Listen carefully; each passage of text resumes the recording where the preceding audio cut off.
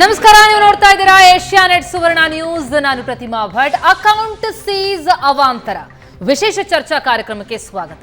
ಮತ್ತೆ ದೊಡ್ಡದಾದ ಒಂದು ಸದ್ದು ಮಾಡ್ತಾ ಇದೆ. ಕಾಂಗ್ರೆಸ್ಗೊಂದು ಬಿಗ್ ಶಾಕ್ ಕೊಡುವಂತಹ ಬೆಳವಣಿಗೆ ಆಗಿರುವಂತದ್ದು.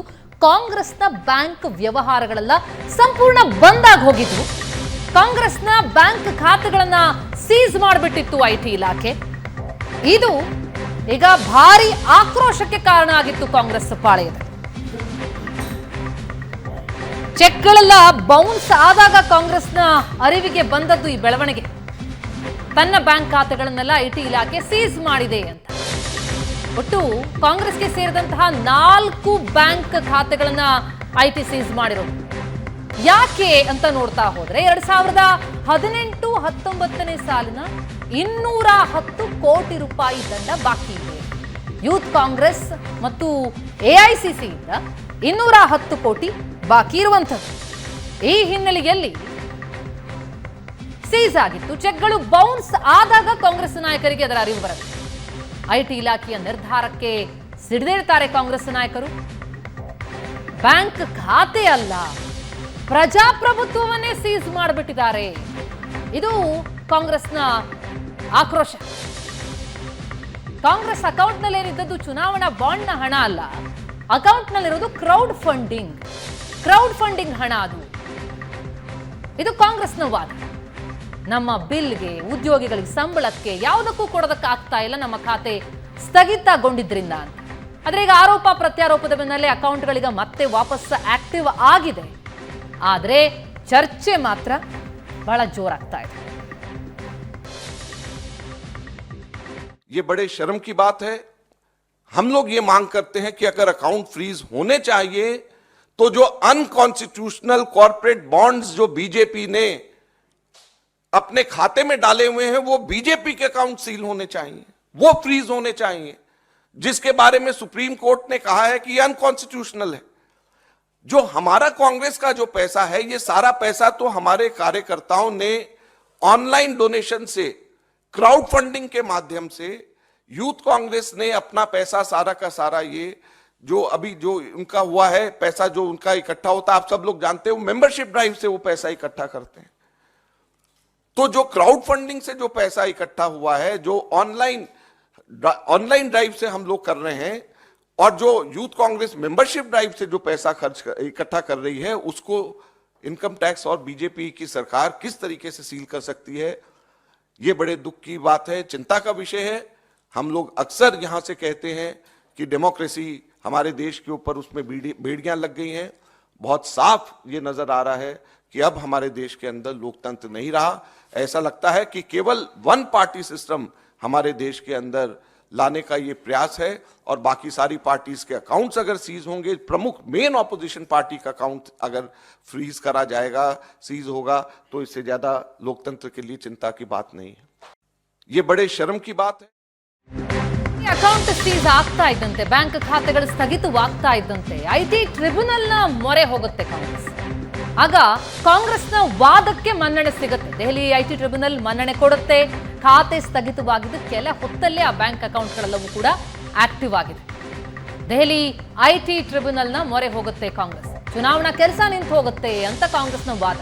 ಕಾಂಗ್ರೆಸ್ ಪರ ವಾದ ಮಂಡಿಸ್ತಾರೆ ವಕೀಲ ವಿವೇಕ್ ಠಾಂಕ.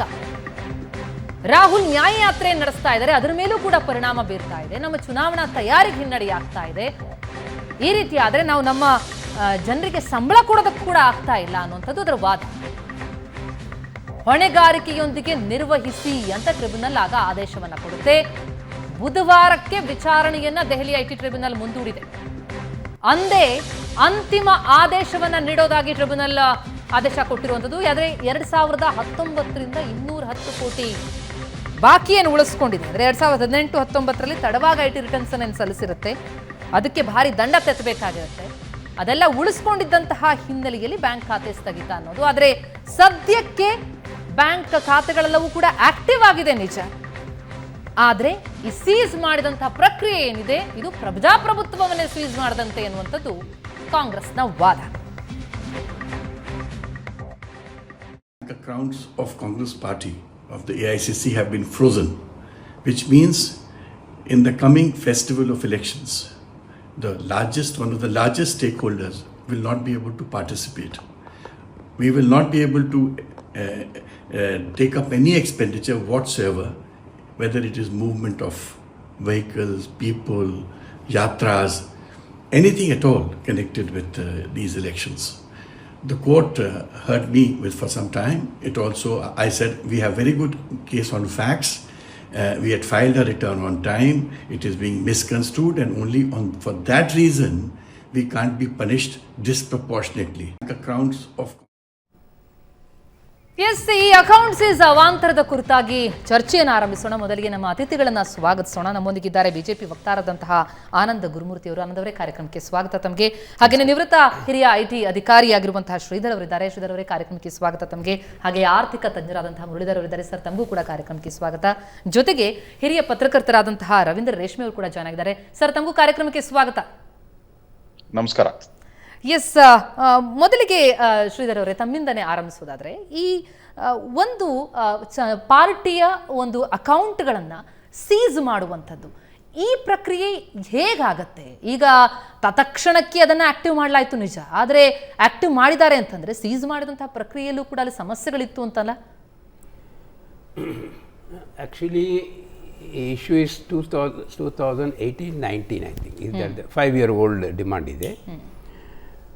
ಡಿಮಾಂಡ್ ರೇಸ್ ಆಗಿದೆ ಅಂತೆ ಡಿಪಾರ್ಟ್ಮೆಂಟಲ್ಲಿ. ಫಸ್ಟ್ ಒಂದು ಅಸೆಸ್ಮೆಂಟ್ ಆಗಿರಬೇಕು. ಫಸ್ಟ್ ನಂಬರ್ 1 ಅಸೆಸ್ಮೆಂಟ್ ಆದಮೇಲೆ ಡಿಮಾಂಡ್ ರೇಸ್ ಮಾಡಿದ್ಮೇಲೆ ಫಸ್ಟ್ ಅಪೀಲ್ಗೂ ಹೋಗಿರ್ಬೋದು, CIT ಅಪೀಲ್ ಕಡೆ, ಆಮೇಲೆ ಟ್ರಿಬ್ಯುನಲ್ ಕಡೆ ಬಂದಿರ್ಬೋದು.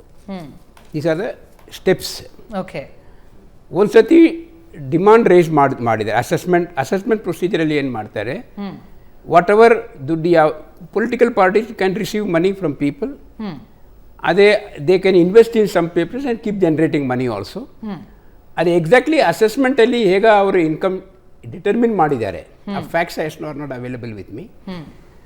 ಅದು ಡಿಮಾಂಡ್ ರೈಸ್ ಮಾಡಿದ್ಮೇಲೆ ಅದು then they have to pay the demand, payment ಮಾಡಬೇಕು. ಓಕೆ, ಪೇಮೆಂಟ್ ಮಾಡಿಲ್ಲ ಸೀಸ್ ಆಗುತ್ತೆ. ಪೇಮೆಂಟ್ ಮಾಡಲ್ಲ ಅಂತ ಡಿಫಾಲ್ಟರ್ ಆಗಿದೆ, ಅಟ್ಯಾಚ್ ಆಗುತ್ತೆ. ಓಕೆ, ಅಟ್ಯಾಚ್ಮೆಂಟ್ಗೆ there are 4 processes of recovery. It's a mode of recovery.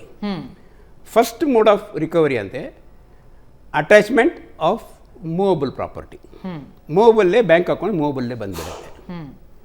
Second ಬರುತ್ತೆ attachment and sale of immovable properties. And third ಬರುತ್ತೆ appointment of receiver. And fourth ಬರುತ್ತೆ arrest and detention. Okay, these are modes of recovery. Punishment ಇಲ್ಲ. Okay, so first ಲೆವೆಲಲ್ಲಿ ಏನು officer ಮಾಡ್ತಾರೆ, ಅವ್ರಿಗೆ first opportunity ಕೊಡ್ತಾರೆ, ಎಷ್ಟು ಡಿಮಾಂಡ್ ಇದೆಯಪ್ಪ ಪೇಮೆಂಟ್ ಮಾಡಿ ಅಂತೆ. ಇಫ್ ದ ಅಸೆಸಿಯಲ್ ಆಗಿ this is not a reasonable demand, ಅವರು ಸ್ಟೇ ಮಾಡೋಕ್ಕೆ ಅಪ್ಲಿಕೇಶನ್ ಮಾಡ್ಬೋದು. ಅಪ್ಲಿಕೇಶನ್ ಮಾಡಿದರೆ ಅದಕ್ಕೆ ಕನ್ಸಿಡರ್ ಮಾಡಿ suppose is fine there is no merit in that, okay, or financial constraints ಇಲ್ಲ ಅಂತೆ, ಅವರು ಅದು ರಿಜೆಕ್ಟ್ ಮಾಡ್ಬೋದು. ಫಸ್ಟ್ ಲೆವೆಲ್ ಆಫೀಸರ್ ಅವ್ರಿಗೆ ಸೈಡ್ ಅವ್ರಿಗೆ ಮೇಕಿಂಗ್ ಕೂಡ ಹೈಯರ್ ಅಪ್ಸ್. ಅದು up to higher level there are procedures available in the department for granting stay of demand. Okay, ಪ್ರೊಸೀಜರ್ಗೆ ಮತ್ತೆ ವಾಪಸ್ ಬರ್ತೀನಿ. ಆದರೆ ಸದ್ಯಕ್ಕಿರುವಂಥದ್ದಂತೂ ಇದಕ್ಕೆ ಬಹಳ ದೊಡ್ಡ ವಿರೋಧ ಕಾಂಗ್ರೆಸ್ ಕಡೆಯಿಂದ ಆಗ್ತಾ ಇದೆ. ಕಾಂಗ್ರೆಸ್ ಹೇಳ್ತಾ ಇರೋದು ಇದು ಪ್ರಜಾಪ್ರಭುತ್ವದ ಸೀಸ್ ಅಂತ. ತಾವು ಒಬ್ಬ BJP ವಕ್ತಾರರಾಗಿ ಇದನ್ನು ಹೇಗೆ ನೋಡ್ತಾ ಇದ್ದೀರಿ? ಯಾಕಂದರೆ ತಮ್ಮದೇ ಒಂದು ಸರ್ಕಾರ ಆರಂಭಿಸಿದಂತಹ ಚುನಾವಣಾ ಬಾಂಡ್ ಈಗ ಅದರದ್ದಾಗಿದೆ. ನಮ್ದು ಯಾವುದು ಚುನಾವಣಾ ಬಾಂಡ್ ಆಗಿರಲಿಲ್ಲ, ಇದು ಕ್ರೌಡ್ ಫಂಡಿಂಗ್ ಆಗಿತ್ತು, ನಾವು ಅಕೌಂಟಲ್ಲಿ ಇಟ್ಕೊಂಡಿದ್ವಿ, ನಮ್ಮ ಖರ್ಚು ವೆಚ್ಚಗಳಿಗೆ ಬೇಕಾಗಿತ್ತು, ಅದನ್ನು ಕೂಡ ಸೀಸ್ ಮಾಡ್ತಾರೆ ಅಂತಂದರೆ ಎಲ್ಲವೂ ಮೊದಲಿಂದಲೂ ಕಾಂಗ್ರೆಸ್ ಹೇಳ್ತಾ ಬಂದಿರೋದೇನು, ಎಲ್ಲ ಸಂಸ್ಥೆಗಳನ್ನು ಬಳಸ್ಕೊಂಡು ವಿಪಕ್ಷಗಳ ಮೇಲೆ ಪ್ರಹಾರ ನಡೆಸಲಾಗ್ತಾ ಇದೆ ಅಂತ. ಅದರ ಭಾಗ ಇದು ಪ್ರಜಾಪ್ರಭುತ್ವದ ಸೀಸ್ ಆಗಿದೆ ಅಂತಿದ್ದಾರೆ. ಏನು ಮಾಡ್ತಿದ್ದೀರಿ ಸರ್ ಆಗಿದ್ರೆ? ನೋಡಿ, ಕಾಂಗ್ರೆಸ್ನವ್ರದ್ದು ವ್ಯಕ್ತಿತ್ವ ಅಥವಾ ಅವ್ರು ನಡ್ಕೊಳ್ಳೋ ರೀತಿ ಹೇಗಿದೆ ಅಂತ ಹೇಳಿದ್ರೆ, ರೂಲ್ಸ್ ನನಗೆ ಅಪ್ಲೈ ಆಗಲ್ಲ, ನಾನು ರೂಲ್ಸಿಗಿಂತಲೂ ದೊಡ್ಡವನು ಅಂದರೆ ನಾಗರಿಕರಿಗೆ ರೂಲ್ಸ್ ಅಪ್ಲೈ ಆಗುತ್ತೆ. ಕಾಂಗ್ರೆಸ್ನವರು, ಫಸ್ಟ್ ಫ್ಯಾಮಿಲಿ, ಇವ್ರಿಗೆಲ್ಲ ರೂಲ್ಸ್ ಯಾವುದೂ ಅಪ್ಲೈ ಆಗಲ್ಲ. ಈ ರೀತಿ ಒಂದು ಧೋರಣೆ ಅವ್ರದ್ದು ಮೊದಲಿಂದ. ಈಗ ಇಲ್ಲಿ ಏನಾಗಿದೆ ಅಂತ ಹೇಳ್ಬಿಟ್ಟು ಅವ್ರು ಬಿಡಿಸಿ ಹೇಳಿದ್ರು ಸಾಹೇಬರು. ಅವ್ರು ರಿಟೈರ್ಡ್ ಇನ್ಕಮ್ ಟ್ಯಾಕ್ಸ್ ಅವರಲ್ಲೇ ಇದ್ದದ್ದು.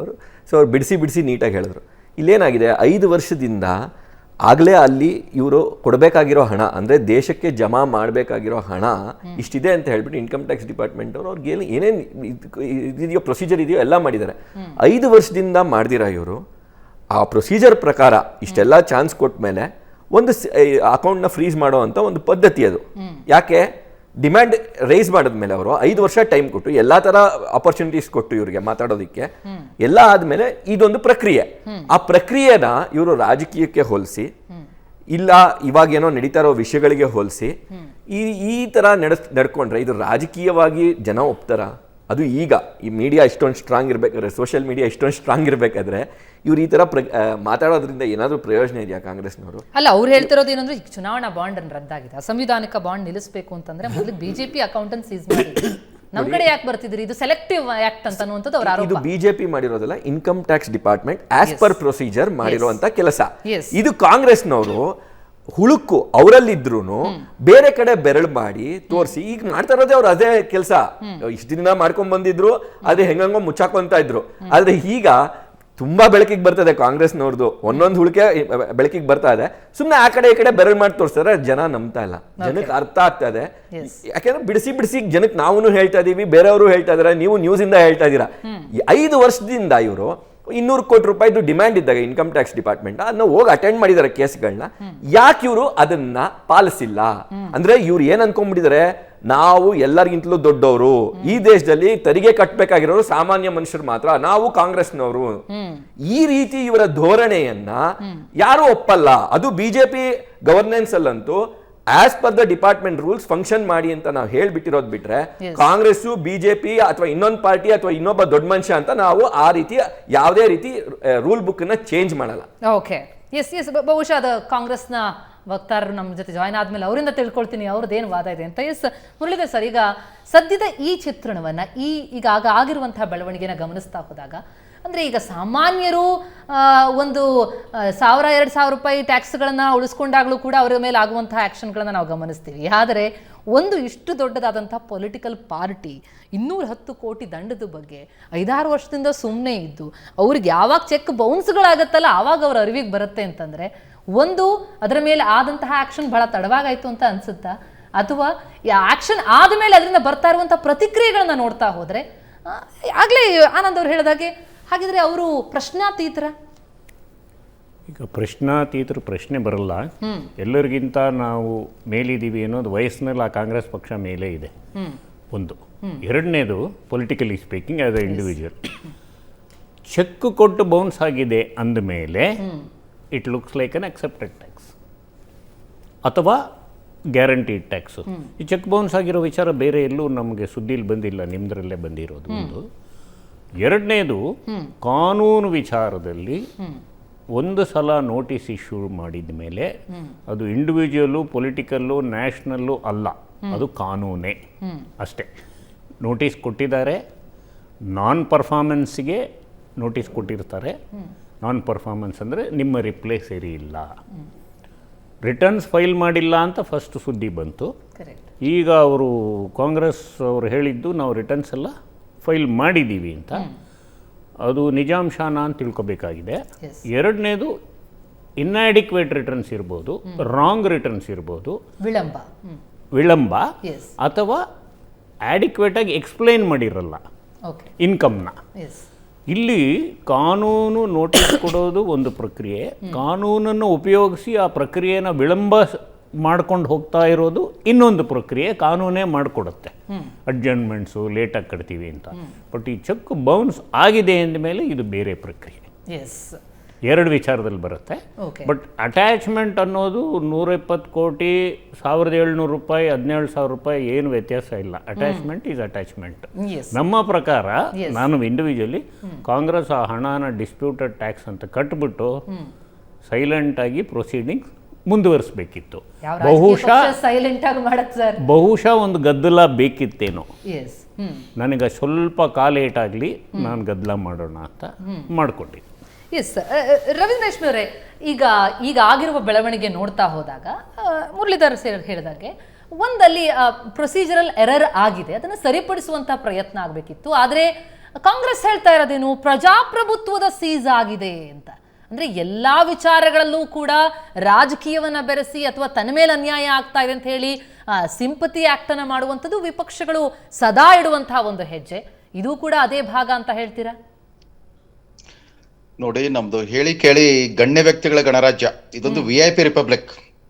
ಅಧಿಕಾರಸ್ಥ ಗಣ್ಯರು, ಅದರಲ್ಲೂ ವಿಶೇಷವಾಗಿ ಕಾಂಗ್ರೆಸ್ ಪಕ್ಷ ಸ್ವತಂತ್ರ ಭಾರತದ 75 ವರ್ಷಗಳಲ್ಲಿ ಸುಮಾರು 50 ವರ್ಷಗಳ ಕಾಲ ಅಧಿಕಾರ ಅನುಭವಿಸಿರೋ ಕಾಂಗ್ರೆಸ್ಸಿಗರಿಗೆ ತಮ್ಮ ಸಿಂಹಾಸನ ಶಾಶ್ವತ ಅಂತ ಅನ್ಕೊಂಡಿದ್ರು, ತಮ್ಮ ಅಧಿಕಾರ ಅಬಾಧಿತ ಅಂತ ಅನ್ಕೊಂಡಿದ್ರು, ತಮ್ಮ ಅಧಿಪತ್ಯ ಕಾಲಾತೀತ ಅಂತ ಅನ್ಕೊಂಡಿದ್ರು, ತಮ್ಮ ನೀತಿ ನಡವಳಿಕೆಗಳು ಪ್ರಶ್ನಾತೀತ ಅಂತ ಅನ್ಕೊಂಡಿದ್ರು. ಬಹುಶಃ ಅವ್ರ ಕನಸು ಮನಸ್ಸು ನೆನ್ಸಿರ್ಲಿಲ್ಲ ಅಂತ ಕಾಣುತ್ತೆ. ಯಾವುದೋ ಒಂದ್ ದಿವಸ ಈ ನರೇಂದ್ರ ಮೋದಿ ಅನ್ನೋ ಒಬ್ಬ ಕಂಟಕ ಬಂದು ನಮ್ಮನ್ನು ಕಾಡ್ತಾನೆ ಅಂತ ಅಂದ್ಬಿಟ್ಟು. ಅವರು ನೋಡಿ ಎಂಥ ಕಾಕತಾಳೀಯ. ಈ ಒಂದ್ ಕಡೆ ಚುನಾವಣಾ ಬಾಂಡ್ಗಳನ್ನ ಸುಪ್ರೀಂ ಕೋರ್ಟ್ ಅಸಿಂಧುಗೊಳಿಸಿದೆ, ಬಿಜೆಪಿ ಸರ್ಕಾರಕ್ಕೆ ಸ್ವಲ್ಪ ಮುಖಭಂಗ ಆಗಿದೆ. ಮರುದಿವಸವೇ ಇಲ್ಲಿ ಇನ್ಕಮ್ ಟ್ಯಾಕ್ಸ್ ಡಿಪಾರ್ಟ್ಮೆಂಟ್ ಕಾಂಗ್ರೆಸ್ನ ಅಕೌಂಟ್ನ ಫ್ರೀಸ್ ಮಾಡಿದ್ದಾರೆ. ಇದೇ ಸಂದರ್ಭದಲ್ಲೇ ಅಖಿಲ ಭಾರತ ಕಾಂಗ್ರೆಸ್ ಪಕ್ಷದ ಖಜಾಂಚಿ ಅಜಯ್ ಮಕ್ಕೇನ್ ಅವರು ಕರ್ನಾಟಕದ ಮೂಲಕವೇ ರಾಜ್ಯಸಭಾ ಪ್ರವೇಶಕ್ಕೆ ನಾಮಪತ್ರ ಸಲ್ಲಿಸಿದ್ದಾರೆ. ಅವರ ಮೊದಲ ಪ್ರಕ್ರಿಯೆ ನಿನ್ನೆ ಕಾಂಗ್ರೆಸ್ ಪಕ್ಷದ ಅಕೌಂಟ್ ಅನ್ನ ಫ್ರೀಸ್ ಮಾಡೋದು ಅಂತಂದ್ರೆ ಡೆಮಾಕ್ರಸಿಯನ್ನೇ ಫ್ರೀಸ್ ಮಾಡಿದ ಹಾಗೆ ಅನ್ನೋ ಒಂದು ಎಕ್ಸ್ಪ್ರೆಷನ್ ಕೊಟ್ಟಿದ್ದಾರೆ. ಕಳೆದ 75 ವರ್ಷದಲ್ಲಿ ಯಾರಾದ್ರೂ ಡೆಮಾಕ್ರಸಿಯನ್ನ ಫ್ರೀಸ್ ಮಾಡಿದ್ರೆ ಅದ್ರ ಕಾಂಗ್ರೆಸ್ನವರೇ. ಅದು ಶ್ರೀಮತಿ ಇಂದಿರಾ ಗಾಂಧಿ ಅವರು 1975 ಜೂನ್ 25ರಿಂದ 1977 ಜನವರಿವರೆಗೂ ದೇಶದ ಪ್ರಜಾಪ್ರಭುತ್ವವನ್ನ ಫ್ರೀಸ್ ಮಾಡಿದ್ರು, ಸಂವಿಧಾನವನ್ನ ಸಸ್ಪೆಂಡ್ ಮಾಡಿದ್ರು, ಎಲ್ಲ ವಿರೋಧ ಪಕ್ಷಗಳನ್ನ ಜೈಲ್ಗೆ ಹಾಕಿದ್ರು, ಪತ್ರಿಕಾ ಸ್ವಾತಂತ್ರ್ಯದ ಮೇಲೆ ಕಡಿವಾಣ ಹಾಕಿದ್ರು, ಸೆನ್ಸರ್ಶಿಪ್ ತಂದಿದ್ರು. ಅದು ಬಿಟ್ರೆ ನಮ್ಮ ಪ್ರಜಾಪ್ರಭುತ್ವ ತೀರಾ ಫ್ರೀಸ್ ಆಗೋ ಸ್ಥಿತಿಗೆ ಏನ್ ಬಂದಿಲ್ಲ. ಆದ್ರೂ ಕೂಡ ಮೇಲ್ನೋಟಕ್ಕೆ ಅನ್ಸುತ್ತೆ ಈ ನರೇಂದ್ರ ಮೋದಿ ಸರ್ಕಾರ ಕಳೆದ 10 ವರ್ಷದಿಂದ ತನ್ನ ಸಂಭಾವ್ಯ ಎದುರಾಳಿಗಳ ವಿರುದ್ಧ ಒಂಥರ ಸೇಡು ಪ್ರತಿಕಾರದ ರಾಜಕಾರಣ ಮಾಡ್ತಾ ಇದೆ. ತನ್ನ ಹತ್ರ ಇರೋ ಬ್ರಹ್ಮಾಸ್ತ್ರಗಳು ಐಟಿ, ಇಡಿ ಇತ್ಯಾದಿಗಳನ್ನೆಲ್ಲ, ಐಟಿ, ಇಡಿ ಮತ್ತು ಸಿಬಿಐ ಇವುಗಳನ್ನೆಲ್ಲ ತನ್ನ ವಿರೋಧಿಗಳ ವಿರುದ್ಧ ಏಕಪಕ್ಷೀಯವಾಗಿ ಬಳಸ್ತಾ ಇದೆ. ಒಬ್ಬನೇ ಒಬ್ಬ ಅಧಿಕಾರಸ್ಥ ಬಿಜೆಪಿ ನಾಯಕನ ವಿರುದ್ಧ ಈ ತರದ ಆರೋಪ ಬಂದಾಗ ಸುಮ್ಮನೆ ಇರ್ತಾರೆ, ಅಥವಾ ತಮ್ಮ ಮಿತ್ರ ಪಕ್ಷದ ನಾಯಕರ ವಿಚಾರದಲ್ಲಿ ಸುಮ್ಮನೆ ಇರ್ತಾರೆ. ತಮ್ಮ ತತ್ಕ್ಷಣದ ಪ್ರತಿಸ್ಪರ್ಧಿ ಯಾರಂತಾರೋ ಅವ್ರ ವಿರುದ್ಧನೇ ಸೇಡು ಪ್ರತಿಕಾರದ ರಾಜಕಾರಣ ಮಾಡ್ತಾರ ಒಂದು ವಾತಾವರಣ ಇದೆ. ಅದ್ರ ಲಾಭ ಪಡ್ಕೊಂಡ್ಬಿಟ್ಟು ಕಾಂಗ್ರೆಸ್ ಪಲಾಯನ ಮಾಡೋ ಹಾಗಿಲ್ಲ. ತನ್ನ ಆರ್ಥಿಕ ಹೊಣೆಗಾರಿಕೆಯನ್ನ, ತನ್ನ ಕಾನೂನಾತ್ಮಕ ಜವಾಬ್ದಾರಿಗಳನ್ನ ನಿರ್ವಹಿಸೋದ್ರಲ್ಲಿ ಲೋಪ ಆದಾಗ ಗೌರವಯುತ ಒಪ್ಪಿಬಿಡ್ಬೇಕು. ಅಯ್ಯೋ ಏನೋ ಆಗಿದೆ, ಲೋಪ ಆಗಿದೆ, ಬಟ್ ನಾವು ಸರಿಪಡಿಸ್ತೇವೆ, ನಾವು ತೆರಿಗೆ ಇಲಾಖೆ ಪ್ರಾಧಿಕಾರಕ್ಕೆ ನಾವು ಕನ್ವಿನ್ಸ್ ಮಾಡ್ತೇವೆ. ಆಮೇಲೆ ಅವ್ರು ಹೇಳಿದಂತ ಸರ್ ಬಹುಶಃ ನಾವು ಆದ್ರೆ ತಪ್ಪಾದ್ರೆ ಒಪ್ಕೊಂಡ್ಬಿಡ್ತೀವಿ. ರಾಜಕೀಯ ಪಕ್ಷಗಳು ಎಲ್ಲದರಲ್ಲೂ ರಾಜಕೀಯ ಲಾಭ ಏನು ಅಂತ ನೋಡ್ತವೆ. ಹಾಗಾಗಿ ಆ ಲಾಭ ನಷ್ಟಗಳ ವಿಚಾರದ ಬಗ್ಗೆ, ಜೊತೆಗೆ ಈಗ ಆಗ್ತಾ ಇರುವಂತಹ ಬೆಳವಣಿಗೆ, ಮುಂದಿನ ಪ್ರಕ್ರಿಯೆಗಳ ಬಗ್ಗೆ ಕೂಡ ನಾನು ಚರ್ಚೆಯನ್ನು ಮುಂದುವರಿಸ್ತೀನಿ. ಅಕೌಂಟ್ ಸೀಸ್ ಅವಾಂತರ ವಿಶೇಷ ಚರ್ಚಾ ಕಾರ್ಯಕ್ರಮಕ್ಕೆ ಮತ್ತೊಮ್ಮೆ ಸ್ವಾಗತ. ನಾವು ಮಾತನಾಡ್ತಾ ಇರುವಂತಹ ವಿಚಾರ ಲೋಕಸಭಾ ಚುನಾವಣೆ ಹೊತ್ತಲ್ಲಿ ಕಾಂಗ್ರೆಸ್ಗೊಂದು ಶಾಕ್ ಕೊಡೋದಕ್ಕೆ ಅಂತ ಅದರ ಬ್ಯಾಂಕ್ ವ್ಯವಹಾರಗಳನ್ನೆಲ್ಲ ಬಂದ್ ಮಾಡೋದಕ್ಕೆ ಅಂತ ಹೇಳಿ ಖಾತೆಗಳನ್ನ ಸೀಸ್ ಮಾಡ್ತು ಅನ್ನೋದು ಕಾಂಗ್ರೆಸ್ನ ವಾದ. ಆದ್ರೆ ಇಲ್ಲಿ ಸೀಸ್ ಆಗಿರುವಂತಹ ವಿಚಾರ ಯಾಕೆ ಅಂತ ನೋಡಿದ್ರೆ 210 ಕೋಟಿ ದಂಡದ ವಿಚಾರಕ್ಕೆ ಸಂಬಂಧಪಟ್ಟಂತೆ ಪ್ರಕ್ರಿಯೆಗಳು ಸಹಜವಾಗಿ ನಡಿಬೇಕಿತ್ತು. ಆದ್ರೆ ಆದದ್ದು ಅದು ರಾಜಕೀಯವಾದಂತಹ ಕಿತ್ತಾಟ ಸಹಜ. ಆದರೆ ಈ ಥರ ಪ್ರಕ್ರಿಯೆಗಳು ಹೇಗೆ ಸಾಗುತ್ತೆ ಅಂತ ನಾವು ಗಮನಿಸ್ತಾ ಹೋದಾಗ, ಮುರಳೀಧರ್ ಸರ್, ಈಗ ಯಾವುದೇ ಒಂದು ರಾಜಕೀಯ ಪಕ್ಷ ಆಗಿರಲಿ, ಎಲ್ಲ ಕಡೆಗಳಿಂದಲೂ ಕೂಡ ಕ್ರೌಡ್ ಫಂಡಿಂಗನ್ನು ತೆಗೆದುಕೊಳ್ಳುತ್ತೆ, ಎಲ್ಲ ನಿಜ. ಆದರೆ ಏನೇ ಫಂಡ್ಗಳು ಬರಲಿ ಅದನ್ನು ನಿರ್ವಹಣೆ ಮಾಡುವಂಥದ್ದು, ಅದಕ್ಕೆ ಕಟ್ಟಬೇಕಾದಂತಹ ತೆರಿಗೆಗಳನ್ನು ಕಟ್ಟೋದು, ಸಮಯಕ್ಕೆ ಸರಿಯಾಗಿ ಅದರ ನಿರ್ವಹಣೆಯನ್ನು ಮಾಡೋದು, ಇದೆಲ್ಲವೂ ಕೂಡ ಒಬ್ಬ ಪಕ್ಷದ ಜವಾಬ್ದಾರಿ ಆಗಲ್ವಾ? ಅತ್ಯಂತ ದೊಡ್ಡ ಜವಾಬ್ದಾರಿ. ಪ್ರಕ್ರಿಯೆ ಹೇಳ್ತೀನಿ ಟೆಕ್ನಿಕಲಿ, ಒಂದು ಅಕೌಂಟೆಂಟ್ ಲ್ಯಾಂಗ್ವೇಜಲ್ಲಿ. ಫಂಡ್ ಬರೋವರೆಗೂ ಬರ್ತಾ ಇದೆ, ಬಂದ ಮೇಲೆ ನಂದು, ಎಕ್ಸಾಕ್ಟ್ಲಿ ನಂದು ಅಂದ ಮೇಲೆ ಜವಾಬ್ದಾರಿ ನಂದು, ಹಕ್ಕಲ್ಲ, ಜವಾಬ್ದಾರಿ ನಂದು. ಈಗ ಇಲ್ಲಿ ನನ್ನ ಮನಸ್ಸಿನಲ್ಲಿ ಕಾಡ್ತಾ ಇರೋದು, ಚೆಕ್ ಯಾಕೆ ಇಶ್ಯೂ ಮಾಡಿದ್ರು, ಯಾಕೆ ಬೌನ್ಸ್ ಆಯಿತು. ಇನ್ನೂ ಒಂದು ಸ್ಟೆಪ್ ಹಿಂದೆ ಹೋದರೆ, ಕ್ಲರ್ಕ್ ಆಗಿ ಚೆಕ್ ಇಶ್ಯೂ ಮಾಡಿದಾಗ ನನ್ನ ಹತ್ರ ಬ್ಯಾಂಕ್ ದುಡ್ಡು ಎಷ್ಟಿತ್ತು, ಚೆಕ್ ಬಂದಾಗ ದುಡ್ಡು ಎಷ್ಟಿತ್ತು, ಇದೆಲ್ಲ ನೋಡಿದ್ರೆ ಮೋಟಿವ್ ಆ್ಯಂಡ್ ಇಂಟೆನ್ಷನ್ ಗೊತ್ತಾಗುತ್ತೆ. ಒಟ್ಟಾರೆ ಒಂದು ದೊಡ್ಡ ಒಂದು ಸಿಟಿಸನ್ ಆಗಿ, ಒಂದು ವ್ಯಕ್ತಿಯಾಗಿ, ವ್ಯಕ್ತಿಗತವಾಗಿ, ಒಂದು ರೆಸ್ಪಾನ್ಸಿಬಲ್ ಸಂಸ್ಥೆಯಾಗಿ ಇನ್ಕಮ್ ಟ್ಯಾಕ್ಸ್ ಅದರ ಪ್ರಕ್ರಿಯೆಯನ್ನು ಮಾಡಿದೆ. ನಾವು ನಮ್ಮ ಪ್ರಕ್ರಿಯೆಯನ್ನು ಮಾಡ್ತೀವಿ, ನಾವು ಇನ್ಕಮ್ ಟ್ಯಾಕ್ಸ್ ಪ್ರಕ್ರಿಯೆಯನ್ನು ಗೌರವಿಸ್ತೀವಿ ಅಂತ ಒಂದು ಸ್ಟೇಟ್ಮೆಂಟ್ ಕೊಟ್ಟರೆ ಜನರಿಗೊಂದು ಮಾದರಿ ಆಗ್ತಾರೆ. ಇದಕ್ಕೆ ರಾಜಕೀಯ ತರಬಾರ್ದು. ನಿಜ, ಬಟ್ ಅದು ಶತಸಿದ್ಧ, ರಾಜಕೀಯ ಇಲ್ಲದೆ ಮಾತೇ ಇರೋದಿಲ್ಲ, ಅನಿವಾರ್ಯ, ವಿಷಾದಕರವಾದ ಅನಿವಾರ್ಯ ಅದು. ಎಸ್, ಅನಂತ್ ಗುರುಮೂರ್ತಿ ಅವರೇ, ಈಗ ಕಾಂಗ್ರೆಸ್ ಏನೋ ತಮ್ಮ ಮೇಲೆ ಹಾಕ್ತಾ ಇದೆ, ಪ್ರಜಾಪ್ರಭುತ್ವವನ್ನು ಸೀಸ್ ಮಾಡಿದೆ ಎನ್ನುವಂಥ ಆರೋಪವನ್ನು ಮಾಡ್ತಾ ಇದೆ. ಬಹುಶಃ ಬರೋ ದಿನಗಳಲ್ಲಿ ಲೋಕಸಭಾ ಚುನಾವಣೆಯ ಹೊತ್ತಿಗೆ ಇದು ಬಹಳ ದೊಡ್ಡ ಅಸ್ತ್ರ ಪ್ರಯೋಗ ಕೂಡ ಆಗಬಹುದು, ಅದರ ಸೂಚನೆ ಸುಳಿವುಗಳು ಸಿಗ್ತಾ ಇದೆ. ಬಿಜೆಪಿ ಇದನ್ನು ಹೇಗೆ ನೋಡ್ತಾ ಇದೆ, ಹೇಗೆ ಡಿಫೆಂಡ್ ಮಾಡ್ಕೊಳ್ತೀರಿ? ನಾವು ಇದನ್ನು ಡಿಫೆಂಡ್ ಮಾಡೋ ಅವಶ್ಯಕತೆನೇ ಇಲ್ಲ. ನಾವು ಯಾವಾಗಲೂ ಎನಿ ಸುಪ್ರೀಂ ಕೋರ್ಟ್ ಆರ್ಡರ್ ಇರಲಿ, ಎನಿ ಕೋರ್ಟ್ ಆರ್ಡರ್ ಇರಲಿ, ನಮ್ಮ ಲೀಡರ್ಸ್ ಆಗಿರಲಿ ಅಥವಾ ನಮ್ಮ ಪಾರ್ಟಿ ಆಗಿರಲಿ, ನಾವು ಅದನ್ನು ಆಕ್ಸೆಪ್ಟ್ ಮಾಡ್ಕೊತೀವಿ and we work according to it. ನಾವು ಅದ್ರ ಪ್ರಕಾರನೇ ಕೆಲಸ ನಾವು ಮಾಡೋದು. ನಾವು ಯಾವತ್ತೂ ಒಂದು ರೀತಿ ಏನು ಹೇಳಿ, ನಾವೇನೋ ದೊಡ್ಡವರು, ನಾವು ಪೊಲಿಟಿಕಲ್ ಪಾರ್ಟಿಯವರೇ ನಾವು ದೊಡ್ಡವರು, ನಾವು ಈ ರೂಲ್ಸ್ ಫಾಲೋ ಮಾಡಲ್ಲ ಅಂತ ಯಾವತ್ತೂ ನಮ್ಮ ಪಾರ್ಟಿಯಿಂದ ಹೇಳೇ ಇಲ್ಲ. ಎರಡನೇ ವಿಷಯ, ನರೇಂದ್ರ ಮೋದಿ ಗವರ್ಮೆಂಟ್ ಬಂದಾಗ್ಲಿಂದಾನು, ಆಮೇಲೆ ಈವನ್ ಅಟಲ್ ಬಿಹಾರಿ ವಾಜಪೇಯಿ ಗವರ್ಮೆಂಟ್ ಇದ್ದಾಗ್ಲೂ ಇನ್ಸ್ಟಿಟ್ಯೂಷನ್, ಇಂಡಿಪೆಂಡೆಂಟ್ ಇನ್ಸ್ಟಿಟ್ಯೂಷನ್ಸ್ ಏನಿದೆ, CBI ಆಗಲಿ, ED ಆಗಲಿ, ಇನ್ಕಮ್ ಟ್ಯಾಕ್ಸ್ ಆಗಲಿ, ಅವರು ಇಂಡಿಪೆಂಡೆಂಟ್ ಆಗೇ ಫಂಕ್ಷನ್ ಮಾಡಬೇಕು ಅಂತ ಹೇಳ್ಬಿಟ್ಟೆ ನಾವು ನಡೆಸ್ಕೊಂಡು ಬರ್ತಾ ಇರೋದು. ಇವ್ರು ಹೇಳ್ತಾರೆ ಅದು ಇದು ಅದು ಅಂತ, ಸೆಲೆಕ್ಟಿವ್ ಆಗಿ ದಾಳಿಗಳಾಗ್ತಾ ಇದೆ ನಾಯಕರುಗಳ ಮೇಲೆ ಅಥವಾ ನಿಮ್ಮ ಬೆಂಬಲಿತ ಪಕ್ಷಗಳ ನಾಯಕರುಗಳ ಮೇಲೆ, ಏನು ಆಕ್ಷನ್ ಆಗ್ತಿಲ್ಲ. ಯಾಕೆ ಬರೀ ಕಾಂಗ್ರೆಸ್, ಯಾಕೆ ಬರೀ ತಮ್ಮ ವಿರೋಧಿಗಳ ಮೇಲೆ ಆಗ್ತಾ ಇದೆ? ಈಗ ವಿರೋಧಿಗಳು, ಇದು ಸಹಜ ಪ್ರಶ್ನೆ ನಿಮ್ಮಿಂದ ಬಂತಲ್ವಾ. ಸಹಜ ಪ್ರಶ್ನೆ ಜೊತೆಗೆ 5 ವರ್ಷದಿಂದ ಇವ್ರು ಏನ್ ಮಾಡ್ತಿದ್ರು, ಯಾಕೆ 5 ವರ್ಷದಿಂದ ಇವರು ಒಂದು ರೆಸ್ಪಾನ್ಸಿಬಲ್ ಆರ್ಗನೈಸೇಷನ್, ಜವಾಬ್ದಾರಿ ಹುದ್ದೆನಲ್ಲಿ ಇದ್ದಾನೆ ಅಂತ ಹೇಳ್ತಾರಲ್ವಾ. ಅಜಯ್ ಮೆಕೆನ್ ಅವರು ಹೇಳ್ತಾರೆ, ನಾವು ಇಡೀ ದೇಶದ ಅತಿ ದೊಡ್ಡ ವಿಪಕ್ಷ ಅಂತ ಹೇಳ್ತಾರೆ. ಅದ್ಮೇಲೆ ಜವಾಬ್ದಾರಿ ಅವ್ರಿಗೂ ಇದೆ ಅಲ್ವಾ. ಯಾಕೆ ಅವರು ಇನ್ಕಮ್ ಟ್ಯಾಕ್ಸ್ ಡಿಪಾರ್ಟ್ಮೆಂಟ್ಗೆ ಕರೆಕ್ಟ್ ಆಗಿ ಅವರು ರೆಸಿಪ್ಟ್ಸ್ ನ ಕೊಡ್ಲಿಲ್ಲ? ಯಾಕೆ ಅದನ್ನ ಏನ್ ಪೇಮೆಂಟ್ ಇತ್ತೋ ಇನ್ಕಮ್ ಟ್ಯಾಕ್ಸ್ಗೆ ಯಾಕೆ ಮಾಡ್ಲಿಲ್ಲ? ಇದು ಜವಾಬ್ದಾರಿನಾ? ಇದು ಬಿಜೆಪಿ ಮಾಡಿರೋ ಕೆಲಸನ? ಇದು ಬಿಜೆಪಿ ಮಾಡಿರೋ ಕೆಲಸ ಅಲ್ಲ. IT department as per procedure ಮಾಡಿದೆ. ಒಬ್ಬ ನಾಗರಿಕನಿಗೆ ಅಥವಾ ಬೇರೆ ಯಾವ್ದಾದ್ರು ಇನ್ಸ್ಟಿಟ್ಯೂಷನ್ಗೆ ಎಷ್ಟು ಸಮಯ ಕೊಡಬೇಕು ಅಷ್ಟೇ ಸಮಯ ಕೊಟ್ಟಿದೆ. ಇವರು ಒಂದು ಹ್ಯಾಬಿಟ್ ಮಾಡ್ಕೊಂಡ್ಬಿಟ್ಟಿದ್ದಾರೆ ಕಾಂಗ್ರೆಸ್ನವರು, ಸುಳ್ಳಿನ ಜೊತೆ ಇನ್ನೊಂದು ಸುಳ್ಳು ಹೇಳೋದು, ಆ ಸುಳ್ಳನ್ನು ಮುಚ್ಚಕ್ಕೆ ಇನ್ನೊಂದು ಸುಳ್ಳು ಹೇಳೋದು. ಈ ರೀತಿ ಸುಳ್ಳನ್ನು ಪೋಣಿಸ್ಕೊಂಡು ಇದು ಅವ್ರಿಗೆ ಮುತ್ತಿನ ಸರ ತರ ಕಾಣ್ತಾ ಇದೆ, ಆದ್ರೆ ಜನಕ್ಕೆ ಕಾಣ್ತಾ ಇದೆ ಕಲ್ಲಿನ ಸರ. ಆ ಕಡೆ ಜನ ನೋಡಿದಾಗ ಇದೇನು ಕಲ್ಲಿನ ಸರ ಹಿಡ್ಕೊಂಡು ಮುತ್ತಿನ ಸರ ಅಂತಾರಲ್ಲ ಅಂತ. ಇದು ತುಂಬಾ ಹಿಂದೆ ನಡೆಸ್ಕೊಂಡು ಬಂದಿದ್ದಾರೆ ಕಾಂಗ್ರೆಸ್ನವರು. ಎಲ್ಲ ಅವರ ವಿಷಯಗಳು ಹೇಳೋದ್ರಲ್ಲಿ ಸುಳ್ಳುಗಳನ್ನ ಒಂದೊಂದಾಗಿ ಹೇಳಿ ಜನಕ್ಕೆ ಇದು ಮುತ್ತಿನ ಸರ ಅಂತ ಹೇಳಿ ಪಾಪ ಅವರು ಈ ಕಡೆ ಆ ಕಡೆ ತಲೆ ಮಾಡಿದಾಗ ಅವ್ರು ಹೆಂಗೋ ಓಡೋಗ್ಬಿಡೋರು. ಬಟ್ ಇವಾಗ ಅದನ್ನ ನಡೀತಾ ಇಲ್ಲ. ದಿನ ಹಿಡಿದು ಕೇಳ್ತಾ ಇದ್ರ ನೀವು ಮೀಡಿಯಾದವರು, ಸೋಷಿಯಲ್ ಮೀಡಿಯಾನಲ್ಲೂ ಕೇಳ್ತಾ ಇದ್ರೆ ಕಲ್ಲಿನ ಸರ ಹಾಕ್ತಾರದು ಬಿಜೆಪಿ ಅನ್ನೋದು ಅವರ ಆರೋಪ. ಅವರ ಆರೋಪನ ನಾವು ಯಾಕೆ ಅದನ್ನ ತಳ್ಳಿ ಹಾಕ್ತೀವಿ ಅಂತ ಹೇಳಿದ್ರೆ, ಆರೋಪ ಮಾಡೋದು ದೊಡ್ಡ ವಿಷಯ ಅಲ್ಲ. ಜವಾಬ್ದಾರಿಯುತ ಒಂದು ಆರ್ಗನೈಸೇಷನ್ ಇನ್ಕಮ್ ಟ್ಯಾಕ್ಸ್ ಡಿಪಾರ್ಟ್ಮೆಂಟ್ 5 ವರ್ಷದಿಂದ ಕೇಳ್ತಾ ಇರೋದನ್ನ ಅವರು ಉತ್ತರಾನೂ ಕೊಡ್ತಿಲ್ಲ, ಕರೆಕ್ಟ್ ಆಗಿ ದುಡ್ಡುನೂ ಕಟ್ತಿಲ್ಲ. ಇದು ಬೇಜವಾಬ್ದಾರಿ ತರ ಕಾಂಗ್ರೆಸ್ದು. ಇದನ್ನ ಮುಚ್ಚಾಕೊಳ್ಳಕ್ಕೆ ಇವರು ಬೇರೆಯವ್ರ ಕಡೆ ಬೆರಳು ಮಾಡಿ ತೋರಿಸ್ತಾರೆ. ಇದೇ ರೀತಿ ಎಲ್ಲಾ ವಿಷಯಗಳಲ್ಲೂ ನೀವು ನೋಡಿ, ಲಾಸ್ಟ್ 1-2-3 ಇಯರ್ಸ್ ಇಂದ ಕಾಂಗ್ರೆಸ್ ಏನ್ ಅನ್ಕೊಂಡ್ಬಿಟ್ಟಿದೆ ಅಂದ್ರೆ, ನಾನು ಸುಳ್ಳು ಹೇಳಿ ಏನೋ ಒಂದು ಮಾಡ್ಕೊಂಡು ಬರ್ತೀನಿ, ಜನಕ್ಕೆ ಮೋಸ ಮಾಡ್ತೀನಿ ಅಂತ. ಆದ್ರೆ ಇವಾಗ ಜನಕ್ಕೆ ಅರ್ಥ ಆಗ್ಬಿಟ್ಟಿದೆ. ಎಸ್ಪೆಷಲಿ ಲಾಸ್ಟ್ ಎಲೆಕ್ಷನ್ ಅಂತೂ ಇವಾಗ ಕ್ಲಿಯರ್ ಅರ್ಥ ಇದೆ, ಬರೀ ಸುಳ್ಳು ಹೇಳ್ತಾರೆ, ನಂಬಾರ್ದು. ಇವ್ರು ಅಟ್ ಎನಿ ಕಾಸ್ಟ್ ಇವ್ರು ಏನಾದ್ರು ಹೇಳಿದ್ರೆ ಅದ್ರದ್ದು ಬುಡದ ತನಕ ಹೋಗ್ಬೇಕು ಅಂದ್ಬಿಟ್ಟು ಜನ ಬುಡದ ತನಕ ಹೋಗಕ್ಕೆ ಶುರು ಮಾಡಿದ್ರು. ಓಕೆ, ಈ ವಿಚಾರದ ಬುಡದ ತನಕ ಕೂಡ ನಾವು ಹೋಗುವಂತ ಪ್ರಯತ್ನ ಮಾಡೋಣ ಈ ಚರ್ಚೆಯ ಮೂಲಕ. ಯಾಕಂದ್ರೆ ಪ್ರಮುಖವಾಗಿ ಒಂದು IT ಸಂಸ್ಥೆ ಹೇಗೆ ಕೆಲಸ ಮಾಡುತ್ತೆ, ಒಂದು ರಾಜಕೀಯ ಪಕ್ಷಗಳು ಈ ರೀತಿಯಲ್ಲಿ ತೆರಿಗೆಯನ್ನು ಉಳಿಸ್ಕೊಂಡಿದೆ, ಬಾಕಿ ಕಳಿಸ್ಕೊಂಡಿವೆ, ಇಷ್ಟು ದೊಡ್ಡ ಮಟ್ಟದಲ್ಲಿ ಉಳಿಸ್ಕೊಂಡಿದೆ, ಇಷ್ಟು ದೀರ್ಘ ಅವಧಿಗೆ ಉಳಿಸ್ಕೊಂಡಿದೆ ಅಂತಂದಾಗ ಅದರ ಪ್ರಕ್ರಿಯೆಗಳು, ಪ್ರೊಸೀಜರ್ ಹೇಗೆ ಸಾಗುತ್ತೆ ಅನ್ನೋದ್ರ ಬಗ್ಗೆ ಇನ್ನಷ್ಟು ಮಾಹಿತಿಯನ್ನು ಕಲೆ ಹಾಕ್ತೀನಿ. ಈಗ ಶ್ರೀಧರ್ ಸರ್, ಈಗ ಈ ಪ್ರಕರಣವನ್ನೇ ನಾವು ಗಮನಿಸ್ತಾ ಹೋದಾಗ ಸಹಜವಾಗಿ ಯಾವುದೇ ಒಂದು ದೊಡ್ಡ ಸಂಸ್ಥೆ ಅಥವಾ ಪಕ್ಷ ತೆರಿಗೆಯನ್ನು ಉಳಿಸ್ಕೊಂಡ ಸಂದರ್ಭದಲ್ಲಿ ಪ್ರೊಸೀಜರ್ಗಳು ಯಾವ ಮಟ್ಟಕ್ಕೆ ಹೋಗುತ್ತೆ ಅಂದ್ರೆ, ಎಷ್ಟು ಸಮಯಾವಕಾಶವನ್ನು ಅವರಿಗೆ ಕೊಡಲಾಗತ್ತೆ, ಅಥವಾ ಪ್ರಕ್ರಿಯೆಗಳು ಸಾಗಿ ಬಂದು ನಂತರ ಕೊನೆಯ ಹಂತದಲ್ಲಿ ಆಗುವಂಥದ್ದು ಸೀಸಾ ಹೇಗೆ ಅಂತ? ಆ್ಯಕ್ಚುಲಿ ರಿಟರ್ನ್ ಫೈಲ್ ಮಾಡಬೇಕು as a registered political party. It's a entity as far as income tax is concern. ಅವರು ರಿಟರ್ನ್ ಫೈಲ್ ಮಾಡಬೇಕು regarding the statement of this one. ಅದರಲ್ಲಿ ಸರ್ಟನ್ ಎಕ್ಸಮ್ಷನ್ಸ್ ಆರ್ ದೇರ್. ಯಾಕಂದರೆ ಡೊನೇಷನ್ ನಿಮ್ಗೆ ಏನು ಕೊಟ್ಟಿದ್ರೆ that won't form part of your income. ಅದ ಮೇಲೆ ಎಲ್ಲಿ ಇನ್ವೆಸ್ಟ್ಮೆಂಟ್ ಮಾಡಿಬಿಟ್ಟು ಅದರಿಂದ ಏನು ಇಂಟ್ರೆಸ್ಟ್ ಬಂದರೆ ಅದು ನಿಮ್ಮದು ಇನ್ಕಮ್ ಆಗಿಬಿಡುತ್ತೆ. ಓಕೆ, ಅದರ ಏನೇ ನೀವು ಸರ್ವಿಸಸ್ ಕೊಟ್ಟು ಆದ್ಮೇಲೆ ನಿಮ್ಗೆ ಇದು ಸಿಕ್ಕಿದ್ರೆ that is part of your income. ಆ ಫಂಡ್ ಹೇಗೆ ನೀವು ವಿನಿಯೋಗಿಸಿದ್ರೆ ಲಾಭ ಪಡೆಯುತ್ತೀರಿ, ಅದು ಕೊಟ್ಟಿರಿ. ಸಿಂಪ್ಲಿ ಯಾರೋ ನಿಮ್ಗೆ ಡೊನೇಷನ್ ಕೊಟ್ಟಿದ್ರೆ ಅದು it doesn't become part of your income. ಆಮೇಲೆ ಸರ್ಟನ್ ರೂಲ್ಸ್ ಆರ್ ದೇರ್. ಆ ಡೊನೇಷನ್ ಅದೇ ನಮಗೆ ರೆಸೀಟ್ ಬಂದ ಮೇಲೆ ಹೇಗೆ ಅದೇ ಎಕ್ಸ್ಪೆಂಡ್ ಮಾಡಬೇಕು ಅಂತ ಆ ರೂಲ್ಸ್ಗೆ ಮೇಲೆ ನೀವು ಮಾಡಿದರೆ ಆ ಎಕ್ಸ್ಪೆನ್ಸಸ್ ಡಿಸಲವ್ ಆಗುತ್ತೆ. That become subject matter of act, the subject matter of tax. ಈ ಥರ ಒಂದು ಪ್ರೊಸೀಜರಲ್ಲಿ ಅವ್ರು ರಿಟರ್ನ್ ಲೇಟ್ ಫೈಲ್ ಮಾಡಿದರೆ ಅದಕ್ಕೆ ಬೇರೆ ನಾಮಿನಲ್ ಪೆನಲ್ಟಿ ಇದೆ. ನಾವು ಓನ್ಲಿ 5,000 rupees ಸ್ಟೇಟ್ ಅವೇ ಇದೆ, previously it was not there.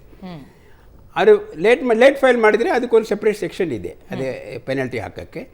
Assessment part ನೋಡಿದರೆ assessment is only in respect of your income ಮೇಲೆ ಅವ್ರು ಡಿಮಾಂಡ್ ರೈಸ್ ಮಾಡ್ತಾರೆ. ಡಿಮಾಂಡ್ ರೈಸ್ ಮಾಡೋವಾಗೆ ಆಪರ್ಚುನಿಟಿ ಕೊಡ್ತಾರೆ, ಎಕ್ಸ್ಪ್ಲನೇಷನ್ ಕೊಡಬೇಕು. ಸಮ್ಟೈಮ್ಸ್ ಏನು ಮಾಡ್ತಾರೆ, ಫುಲ್ ಎಕ್ಸ್ಪ್ಲೇನ್ ಕೊಡೋಕ್ಕೆ ಆಗೋದಿಲ್ಲ. ಸರ್ ನೀವು ಎಷ್ಟು ಡೀಟೇಲ್ ಕಟ್ಟಿದರೆ ಎಷ್ಟು ಜನ ಕೊಡ್ತಾರೆ, ಎಲ್ಲರ ನೇಮ್ ಎಲ್ಲ ಕೊಡೋಕ್ಕೆ ನಮ್ಗೆ ಆಗೋದಿಲ್ಲ ಸರ್, ನೀವು ಸ್ವಲ್ಪ ಅಕ್ಸೆಪ್ಟ್ ಮಾಡ್ಕೊಂಡು ಸಮ್ಟೈಮ್ಸ್ ಆಫೀಸರ್ ಅದು ಅಕ್ಸೆಪ್ಟ್ ಮಾಡ್ತಾರೆ considering the nature of activity. Sometimes they say no, you unless you produce I will make addition ಅಂತ ಅವ್ರು ಅಡಿಷನ್ ಮಾಡಿ ಅದ್ಮೇಲೆ ಟ್ಯಾಕ್ಸ್ ರೈಸ್ ಮಾಡ್ತಾರೆ. ಟ್ಯಾಕ್ಸ್ ರೈಸ್ ಮಾಡಿದ್ಮೇಲೆ 30 ಡೇಸ್ಗೆ ಮೇಲೆ ಅವ್ರಿಗೆ ಅಪೀಲ್ ಹೋಗೋಕ್ಕೆ ಆಪರ್ಚುನಿಟಿ ಇದೆ. 30 ಡೇಸ್ಗೆ ಮುಂಚೆ ಅವ್ರು ಟ್ಯಾಕ್ಸ್ ಕಟ್ಟಬೇಕು ಫಸ್ಟ್. 30 ಡೇಸ್ ಕಟ್ ಮಾಡಿಲ್ಲ ಅಂತೆ, officer can declare him as defaulter and start recovery proceedings on that person. Right of the department to start recovery proceeding starts on the 31st day. Okay.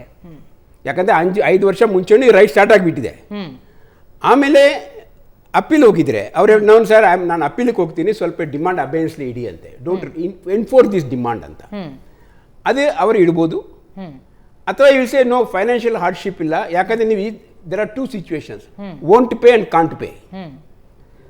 Won't pay and means this time I won't pay because I am going in appeal ಅಂತ. And appeal loose ಆಗಿದ್ರೆ payment ಮಾಡಬಾರಾಗೋದ್ರೆ I can't pay, I have no money now. ದುಡ್ಡಿಲ್ಲ ನನ್ನ ಹತ್ರ pay ಮಾಡಕ್ಕಾಗಲ್ಲ, ಈಗ ಕೊಡಕ್ಕಾಗಲ್ಲ ಅನ್ನೋದು ಇನ್ನೊಂದು ವಾದ ಅನ್ನೋದು. ನೀವು ಸಪೋಸ್ ನಾನು ರಾಂಗ್ ಅಂತ ಡಿಸೈಡ್ ಮಾಡಿದ್ರೆ ದಿಸ್ ಎಕ್ಸೆಸ್ ಮನಿ ಏನು ಪೇಮೆಂಟ್ ಮಾಡಿದ್ರೆ ರಿಟರ್ನ್ ಕೊಡ್ತೀನಿ ಅಲಾಂಗ್ ವಿತ್ ಇಂಟ್ರೆಸ್ಟ್. ಪ್ರೊವಿಷನ್ ಇದೆ ಲಾ ಅಲ್ಲಿ to pay interest for the money that is paid by the person. But Muralidhar sir, ಈಗ ಅವರು ವಾದ ಮಾಡಿದ್ದೇನು ಅಂತಂದ್ರೆ ನಮ್ಗೆ ಈಗ ನಾವು ಅಕೌಂಟ್ ಸೀಸ್ ಮಾಡಿಬಿಟ್ರೆ ನಮ್ಗೆ ಏನು ಕೆಲಸಗಳನ್ನು ಮಾಡೋದಕ್ಕಾಗಲ್ಲ, ನಮ್ಮ ರಾಜಕೀಯ ಚಟುವಟಿಕೆಗಳೆಲ್ಲ ನಿಂತು ಹೋಗುತ್ತೆ. ಇದೊಂದು ರೀಸನ್ ಕೊಟ್ಬಿಟ್ಟು ಅವ್ರು ಇವಾಗ ಅಕೌಂಟನ್ನು ಆಕ್ಟಿವ್ ಮಾಡಿಸ್ಕೊಂಡ್ಬಿಟ್ಟಿದ್ದಾರೆ. ಆದರೆ ಅದು ಅಷ್ಟಕ್ಕೆ ನಿಲ್ಲಲ್ಲ ಅಲ್ವಾ, ಮುಂದಿನ ಪ್ರಕ್ರಿಯೆಗಳಿಗೆ ತಾತ್ಕಾಲಿಕವಾಗಿ ಆಕ್ಟಿವ್ ಮಾಡಲಾಗಿದೆ. ಮುಂದವ್ರು ಏನ್ ಮಾಡ್ತಾರೆ ಅನ್ನೋದು ಕೂಡ ಅಲ್ಲಿ ಪ್ರಮುಖ ಆಗುತ್ತೆ ಅಂತ. ಮೇಲ್ನೋಟಕ್ಕೆ ಅವರ ವಕ್ತಾರ ಹೇಳಿದ್ದು ನಾವು ಹೀಗೆ ಹೇಳಿದ್ದೀವಿ ಅಂತ. ಸಾಧಾರಣವಾಗಿ ಕಾನೂನು ನಮ್ಮ ಹತ್ರ ಖರ್ಚಿಗೆ ದುಡ್ಡಿಲ್ಲ ಬಿಟ್ಟುಬಿಡಿ ಅನ್ನೋದನ್ನ ಒಪ್ಪಲ್ಲ ಸಾಧಾರಣವಾಗಿ. ಅಸಾಧಾರಣವಾಗಿ ಒಂದು ಆಸ್ಪತ್ರೆನೋ ಒಂದು ಸ್ಕೂಲೋ ಇದ್ರೆ ಒಪ್ಪೋದು. ಈಗ ಜನಕ್ಕೆ ಉಪಯೋಗ ರೀತಿಯಲ್ಲಿ ಒಂದು ಸಣ್ಣದಾಗಿ ಹೇಳ್ತೀನಿ, ನೀವು ಇನ್ಕಮ್ ಟ್ಯಾಕ್ಸ್ಗೆ 1 ಲಕ್ಷ ರೂಪಾಯಿ ಕಟ್ಟಬೇಕಿತ್ತು, ಕಟ್ಟಿಲ್ಲ, ನೋಟಿಸ್ ಬಂತು, ಕಟ್ಟಿಲ್ಲ, ಅಪೀಲ್ ಹೋದ್ರಿ, ಫೇಲ್ ಆಗ್ತಾ ಇದೆ, ಚೆಕ್ ಕೊಟ್ರಿ, ಬೌನ್ಸ್ ಆಗಿದೆ. ಇದು ಬೌನ್ಸ್ ಆಗಿರೋದು ನಿಜ ಆಗಿದ್ರೆ ಪ್ರಹಸನವಾಗಿ ಉಪಯೋಗಿಸ್ತಾ ಇದ್ದೀನಿ, ನಿಮ್ಮಲ್ಲಿ ಬ್ಯಾಂಕಲ್ಲಿ 20,000 ರೂಪಾಯಿ ಇದೆ, ಅದನ್ನ ಅಟ್ಯಾಚ್ ಮಾಡ್ತಾರೆ. ಬಾಕಿ ಎಷ್ಟು ಕೊಡಬೇಕು? 80,000 ರೂಪಾಯಿ ಕೊಡಬೇಕು ನೀವು.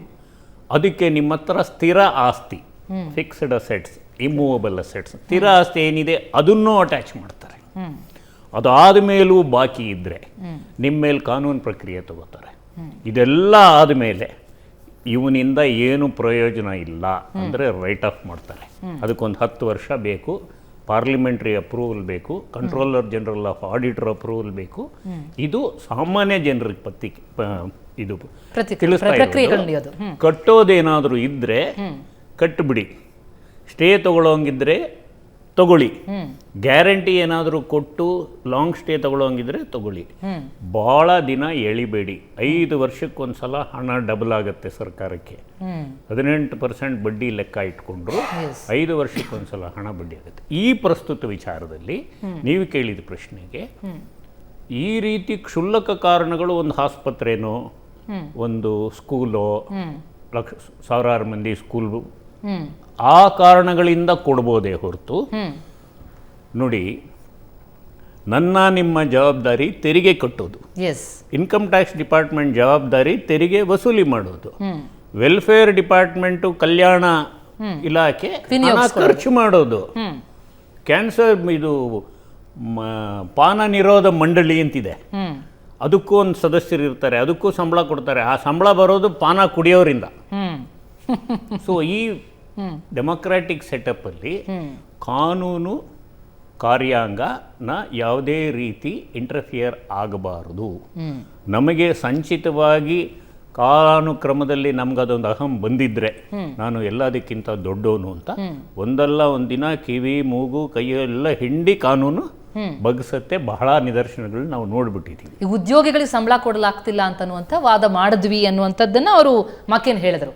ಸೊ ಅದು ಮ್ಯಾಟರ್ ಆಗತ್ತಾ?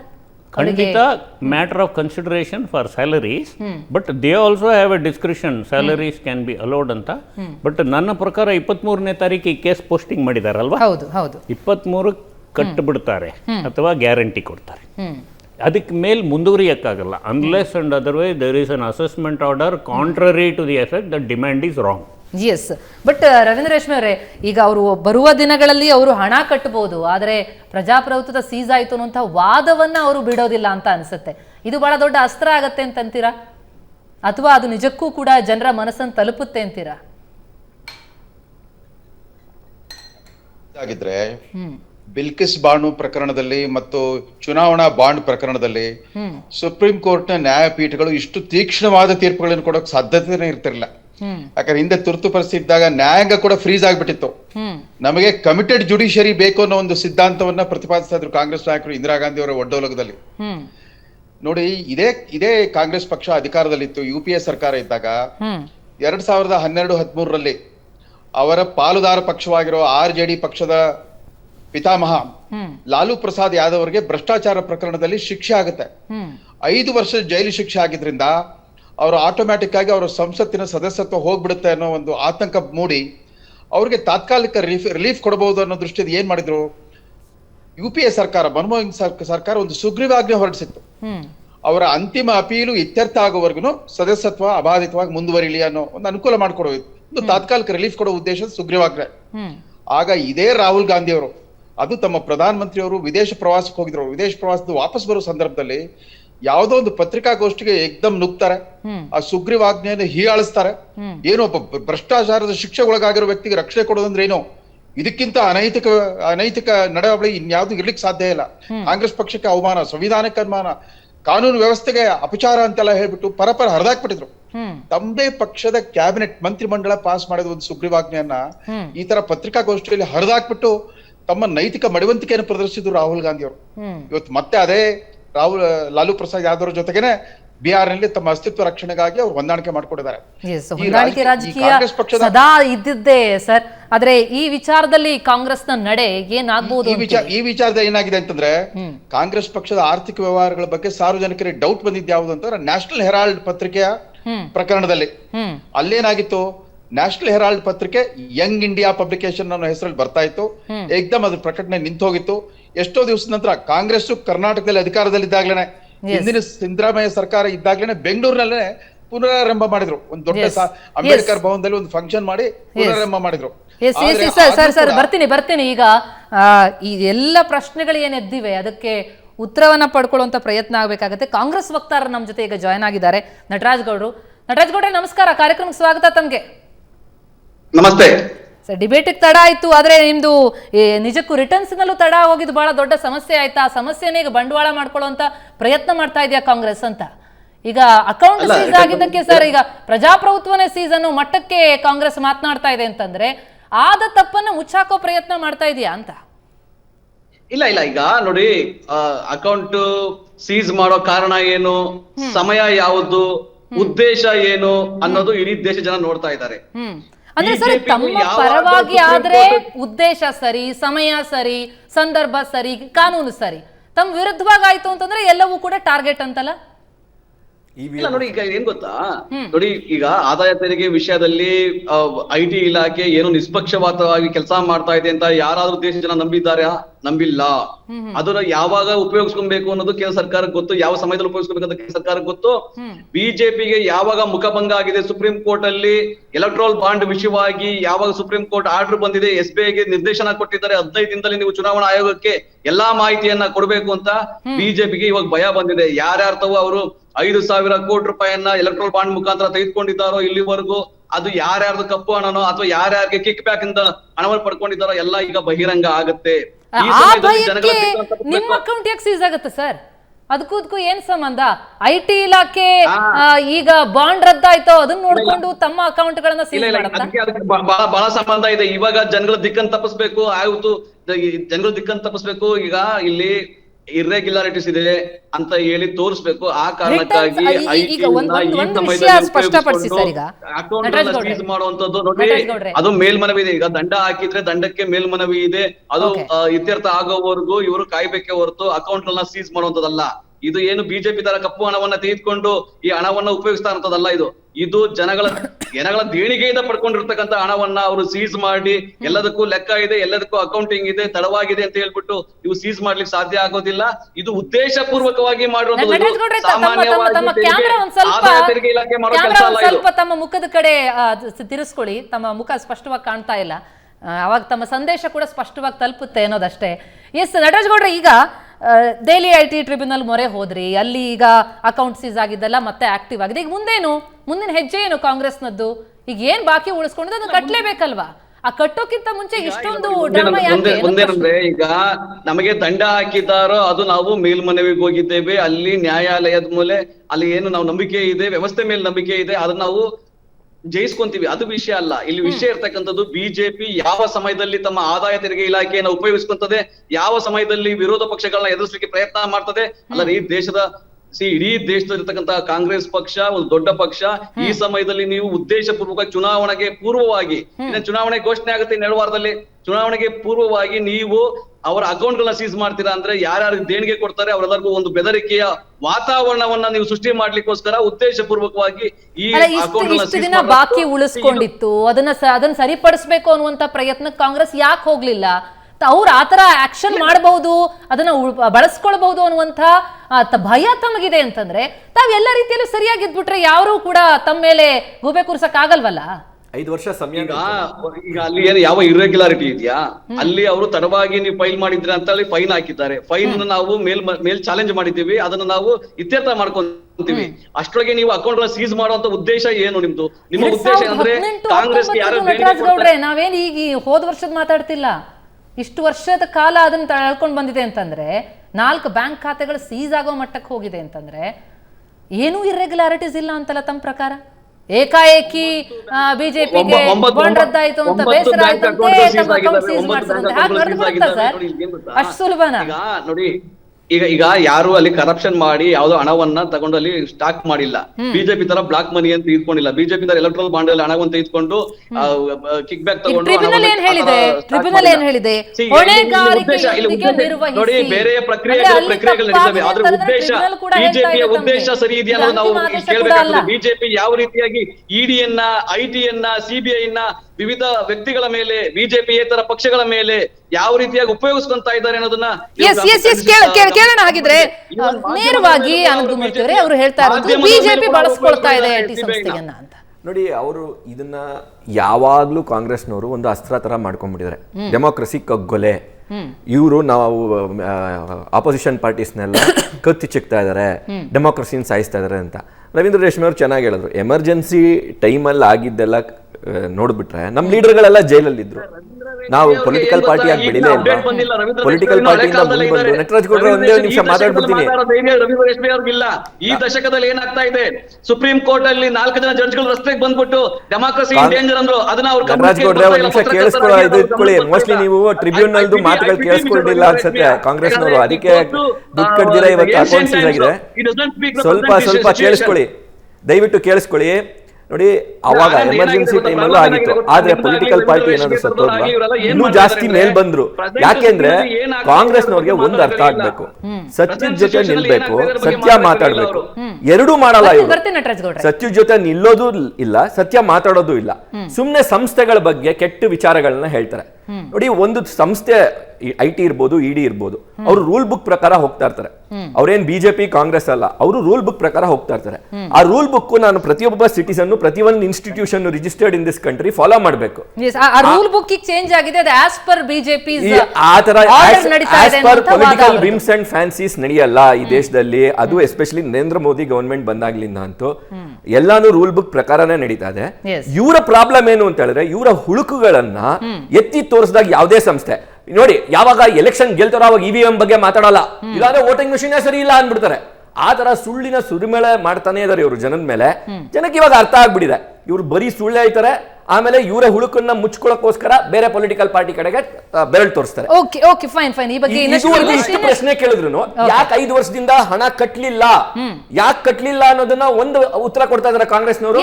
ಉತ್ತರ ಪಡ್ಕೊಳ್ತೀನಿ ನಟರಾಜ್ ಗೌಡ್ರ. ಮುರಳೀಧರ್ ಸರ್, ಈಗ ಈ ಕಾಂಗ್ರೆಸ್ ಏನ್ ಮಾಡ್ಬೇಕು ಅಂತ ಹೇಳ್ತೀರಿ? ಈಗಿನ ಪ್ರಕ್ರಿಯೆಗಳನ್ನ ನಾವು ಗಮನಿಸ್ತಾ ಹೋದಾಗ ಏನ್ ಹೆಜ್ಜೆ ಇಡಬೇಕು ಆಕ್ಚುಲಿ ಒಂದು ರಾಜಕೀಯ ಪಕ್ಷವಾಗಿ ಜವಾಬ್ದಾರಿಯನ್ನ ಮೆರೆಬೇಕಂತಂದ್ರೆ?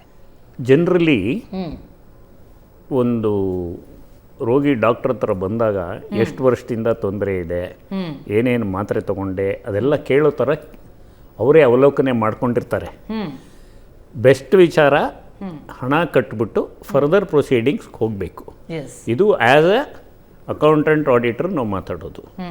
ಬಟ್ ಅಲ್ಲಿ ಎಷ್ಟೊಂದು ವಿಚಾರಗಳು ಬರುತ್ತೆ ನೋಡಿ. ಇದು 3 ಅಕೌಂಟ ಇರೋದು ಕಾಂಗ್ರೆಸ್ಗೆ, ಬೆಂಗಳೂರಲ್ಲೂ ಇರುತ್ತೆ ಒಂದು.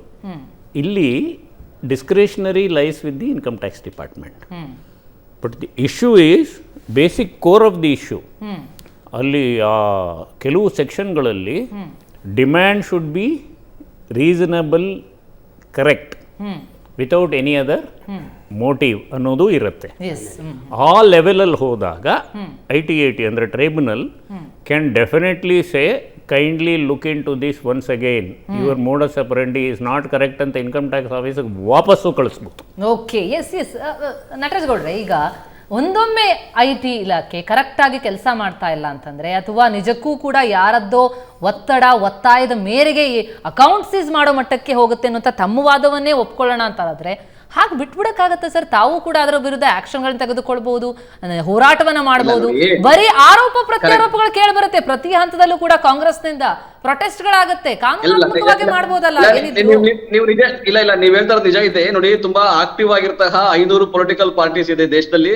ತುಂಬಾ ಆಕ್ಟಿವ್ ಆಗಿರ್ತಕ್ಕಂಥದ್ದು, ರಿಜಿಸ್ಟರ್ಡ್ ಆಗಿರ್ತದ್ದು 2,500 ಮೇಲೆ ಇದೆ ಪೊಲಿಟಿಕಲ್ ಪಾರ್ಟೀಸ್. ಆದರೆ ಯಾವ ಪೊಲಿಟಿಕಲ್ ಪಾರ್ಟಿಯ ಮೇಲೆ ಇವರು ಆರ್ಥಿಕ ದಿಗ್ಬಂಧನ ಹಾಕ್ಬೇಕು, ಅವ್ರ ಆರ್ಥಿಕತೆಯಲ್ಲಿ ತೊಂದರೆ ಕೊಡಬೇಕು, ಚುನಾವಣೆಗೆ ಮುಂಚೆ ಬಂದಿದೆ ಅಂತ ಹೇಳಿ ಉದ್ದೇಶ ಪೂರ್ವಕವಾಗಿ ಮಾಡುವಂತ ಕೆಲಸ ಇದು. ಇದು ಸಹಜ ಪ್ರಕ್ರಿಯೆ ಅಂತ ನೀವ್ ಯಾರಾದ್ರೂ ಭಾವಿಸಿದ್ರೆ ಅದು ತಪ್ಪಾಗುತ್ತೆ. ಇದು ಸಹಜ ಪ್ರಕ್ರಿಯೆ ಅಲ್ಲ. ಇದು ಏನಾದ್ರೂ ಅವರು ಇಲ್ಲಪ್ಪ ನಿಮ್ಮ ಅಕೌಂಟ್ಗಳು ನೀವು ಈಗ ತೆರಿಗೆ ದಂಡ ಕಟ್ಟಲಿಲ್ಲ ಅಂದ್ರೆ, ಅಥವಾ ನೀವು ಕಂಪ್ಲೇಂಟ್ ಮಾಡಿಲ್ಲ ಅಂದ್ರೆ ನಾವು ನಿಮ್ಮ ಅಕೌಂಟ್ಗಳನ್ನ ಸೀಸ್ ಮಾಡ್ತೀವಿ ಅಂತ ಏನಾದ್ರು ನೋಟಿಸ್ ಕೊಟ್ಟರೆ, ಅಲ್ಲ ರಾಷ್ಟ್ರೀಯ ಪಕ್ಷ ಒಂದು ರಾಷ್ಟ್ರೀಯ ಪಕ್ಷ ಕಾನೂನಿಗೆ ಒಳಪಡಲ್ವಾ? ಎಲ್ಲರಿಗೂ ಒಂದೇ. ನಾವು ಕಾನೂನನ್ನ ಮೀರಿ ಮಾಡೋದಲ್ಲ, ಇದು ಉದ್ದೇಶ ಪೂರ್ವಕವಾಗಿ ಸಮಯೋಚಿತವಾಗಿ ಬಿಜೆಪಿ ಮಾಡ್ತಾ ಇರ್ತಕ್ಕಂಥ ತಂತ್ರಗಾರಿಕೆ ಇದು. ಇದ್ರೊಳಗೇನು ಯಾರು ಗೊತ್ತಾಗೋದಿಲ್ಲ ಅಥವಾ ಯಾರೆಲ್ಲ ಕಣ್ಮುಚ್ಕೊಂಡಿದ್ದಾರೆ ಅಂತಲ್ಲ ನೋಡಿ. ಇದೊಂದೇ ಸಮಯದ ವಿಷಯ ಅಲ್ಲ ಇದು. ಸುಪ್ರೀಂ ಕೋರ್ಟ್ ನ 4 ಜನ ಜಡ್ಜ್ಗಳು ಬಂದು ರಸ್ತೆಯಲ್ಲಿ ಕುತ್ಕೊಂಡು ಡೆಮಾಕ್ರಸಿ ಇನ್ ಡೇಂಜರ್ ಅಂತ ಅಂದಾಗ್ಲೂ ಕೂಡ ಇದನ್ನ ಬಿಜೆಪಿ ಸರ್ಕಾರ ಒಪ್ಕೊಂತ ಅವತ್ತು ಅವ್ರ ಮೇಲೆ ಕ್ರಮ ತಗೊಳ್ಳುವಂತದ್ದು, ಅವ್ರ ಮೇಲೆ ಸುಪ್ರೀಂ ಕೋರ್ಟ್ ಜಡ್ಜ್ ಮೇಲೆ ಕೂಡ ಒಂದು ಸಂಚಿನ ರೀತಿಯಲ್ಲಿ ಎಲ್ಲಾ ಕಡೆ ಮಾಧ್ಯಮದಲ್ಲಿ ಮತ್ತೆ ಸೋಷಿಯಲ್ ಮೀಡಿಯಾದಲ್ಲಿ ಅವ್ರನ್ನ ಟೀಕಿಸಿದ್ರು. ಆದ್ರೆ CBI ಡೈರೆಕ್ಟರ್ ಮಧ್ಯರಾತ್ರಿನಲ್ಲಿ ಎತ್ತಂಗಡಿ ಮಾಡಿದ್ರು. ಎತ್ತಂಗಡಿ ಮಾಡಿದಾಗ ಕಾರಣ ಏನಾದ್ರು ಕೊಟ್ಟರೆ ಅವ್ರು ಮಧ್ಯರಾತ್ರಿ ಎತ್ತಂಗಡಿ ಮಾಡ್ತಾರ? ಇದು ಡೆಮಾಕ್ರಸಿ ಇನ್ ಡೇಂಜರ್ ಅಂತ. ಇದು ಡೆಮಾಕ್ರಸಿ ಹತ್ಯೆಯನ್ನ ಇವ್ರು ಒಂದು ಕಾಲದಲ್ಲ. ರಾಹುಲ್ ಗಾಂಧಿ ಅವರ ವಿಷಯದಲ್ಲಿ ಮೋದಿಯವರ ಸರ್ನೇಮ್ ಇರೋರು ಕಳ್ಳ ಅಂತಂದಾಗ ಯಾರೋ 4ನೇ ಮೋದಿಯಿಂದ ಕೇಸ್ ಹಾಕ್ಸಿ ಅವ್ರ ಡಿಸ್ಕ್ವಾಲಿಫೈ ಮಾಡಿ ರಾತ್ರೋರಾತ್ರಿ ಒಂದೇ ಒಂದು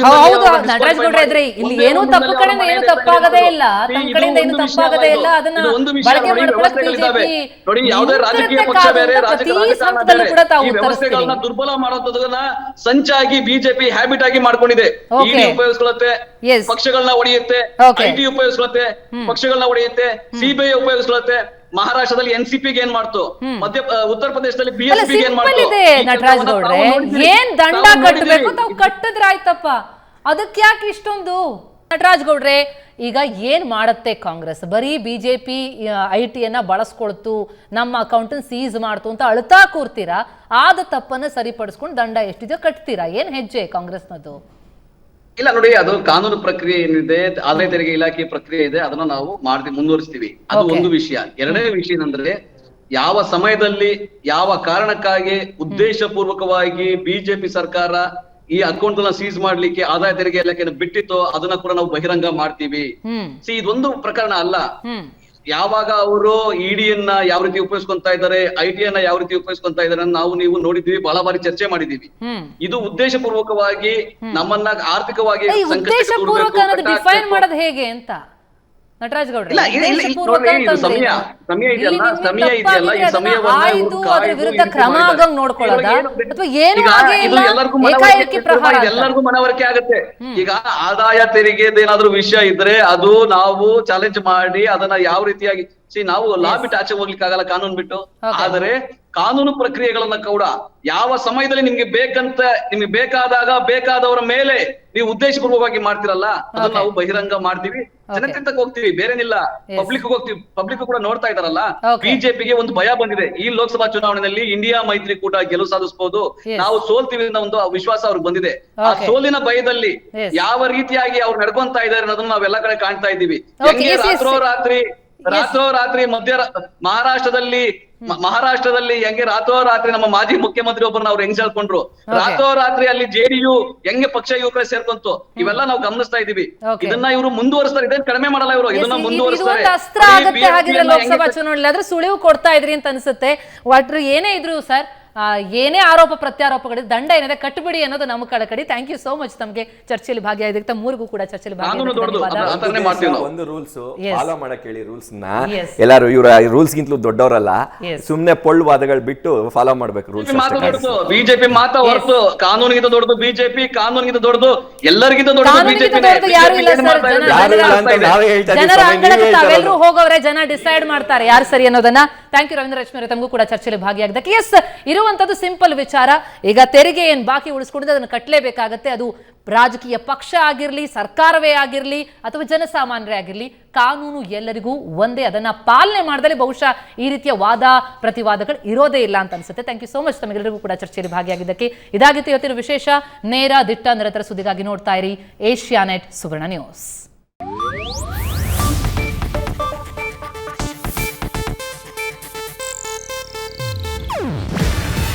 ಇದು ಏಷ್ಯಾನೆಟ್ ನ್ಯೂಸ್ ನೆಟ್ವರ್ಕ್ ಪ್ರಸ್ತುತಿ. ನೀವು ನೋಡ್ತಿದ್ದೀರಾ ಏಷ್ಯಾನೆಟ್ ಸುವರ್ಣ ನ್ಯೂಸ್.